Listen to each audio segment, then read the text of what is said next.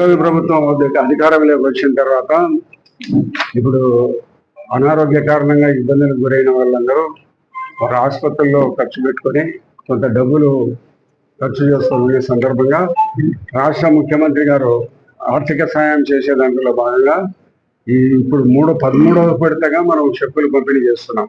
ఇప్పుడు 12 సార్లు అయిపోయింది, ఈసారి 13వ తారీఖు చేస్తున్నాము. 45 లక్షల టోటల్ 22 చెక్కులు 45,05,745 రూపాయలు 13వ విడతగా మనం రిలీజ్ చేస్తున్నాం. ఎక్కడ ఆంధ్రప్రదేశ్లో అన్నిటికంటే ప్రొద్దుటూరులో ఎక్కువగా ఇది ఎవరైతే ఆర్థికంగా ఇబ్బంది పడి మనం చికిత్స చేసుకోలేని పేద రోగులకందరూ కూడా ప్రభుత్వంతో మాట్లాడి ఇంత పెద్ద మొత్తం ఇవ్వడం జరిగింది. గతంలో కూడా ఒక 55 లక్షలు 40 లక్షలు గతంలో ఒక 10 రోజుల కింద చేయడం జరిగింది.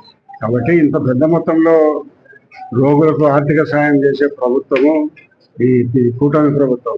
కాబట్టి అందరూ కూడా ఈ యొక్క సౌకర్యాన్ని ఉపయోగించుకొని భవిష్యత్తులో మీరందరూ కూడా ఎవరు వేరు చేశారని గుర్తుపెట్టుకొని అందరూ భవిష్యత్తులో మళ్ళా ఒకసారి కూటమి ప్రభుత్వాన్ని ఆశీర్వదించాల్సిందిగా